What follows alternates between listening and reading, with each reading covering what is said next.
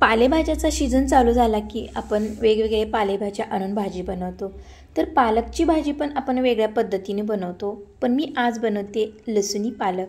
अतिशय टेस्टी आणि एकदम सोपी रेसिपी आहे। चला तर मग रेसिपीला सुरुवात करूया। तर इथे मी एक पालकची गड्डी निवडून स्वच्छ धुवून पाणी निथळून घेतलेला आहे। तर अशा पद्धतीने आपल्याला ही पालक घ्यायची आहे। तर आपल्या आरोग्यासाठी पालकची भाजी खूप छान आहे, चांगली आहे आरोग्यासाठी। तर आता आपण ही पालकची भाजी कट करून घेऊया। तर पहिल्यांदा मी मोठी कट करून घेत आहे, तर कारण की आपल्याला ही पालकची भाजी 2 ते 3 मिनिटे फक्त शिजवून घ्यायची आहे, म्हणून अशा पद्धतीने मोठी मी कट करून घेतलेली आहे। तर इथे आपली भाजी कट करून झालेली आहे। तर तिकडे मी पाणीही गरम करायला ठेवलेलं आहे। तर या आता पाण्यामध्ये आपण आता ही पालकची भाजी घालूया। तर पालकची भाजी घातल्यानंतर 2 ते 3 मिनिटे आपल्याला ही छान शिजवून घ्यायची आहे।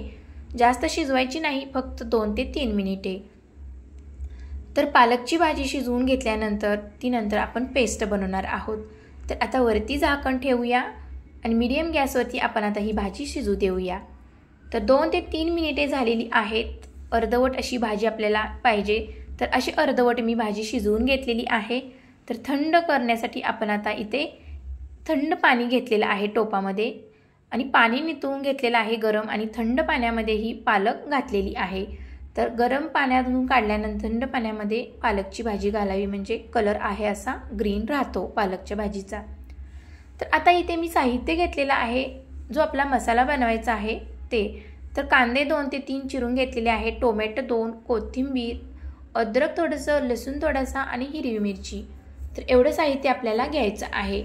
तर अद्रक, हिरवी मिरची आणि लसूण याची आपण पेस्ट बनवणार आहोत, आणि कांदा आणि टोमॅटो आपण फोडणीसाठी वापरणार आहोत।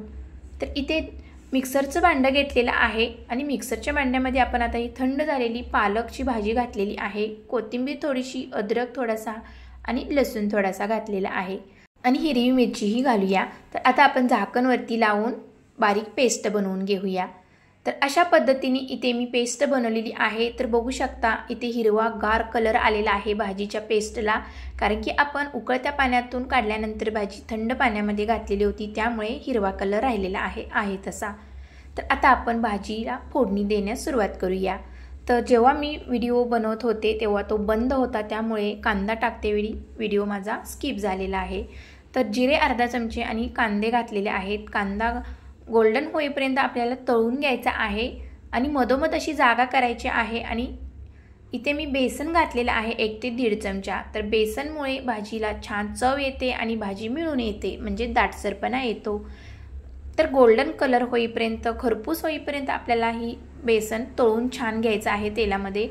नंतर इथे मी खोबऱ्याचा कीस घालत आहे, कूट घालत आहे 2 चमचे। तर आता आपण या कांद्यासोबत हे सर्व मिक्स करून घेऊया। आणि आता छान खरपूस भाजून झालेलं आहे बेसन। तर आता हे सर्व मिक्स करून घेऊया।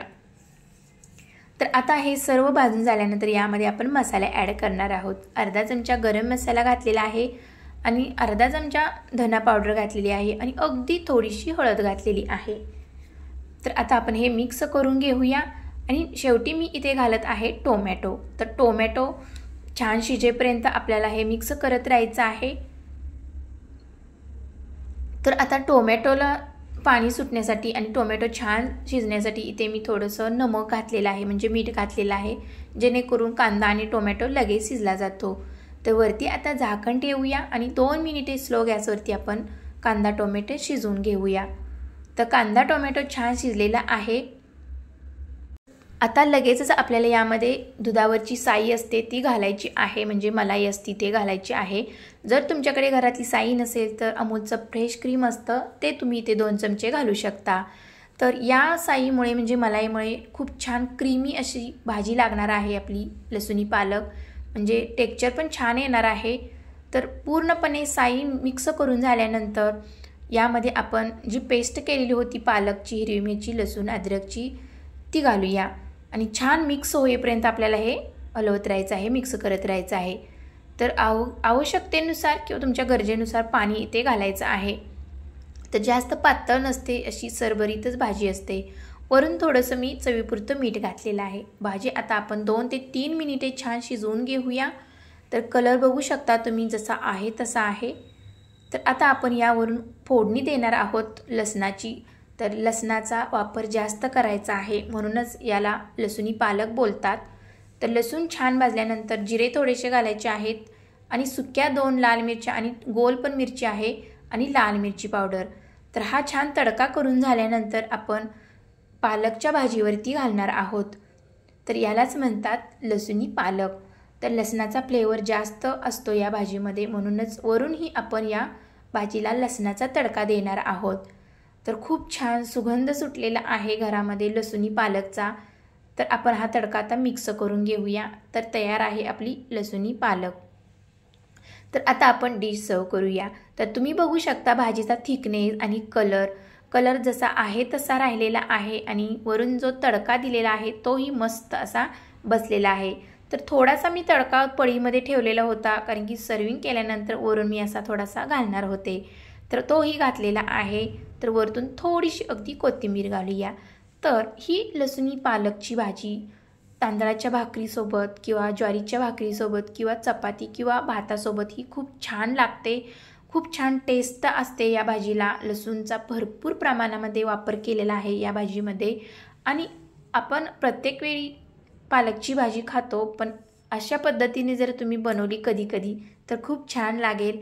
तर ही पालकची भाजी तुम्हाला कशी वाटली, लसुणी पालकची भाजी?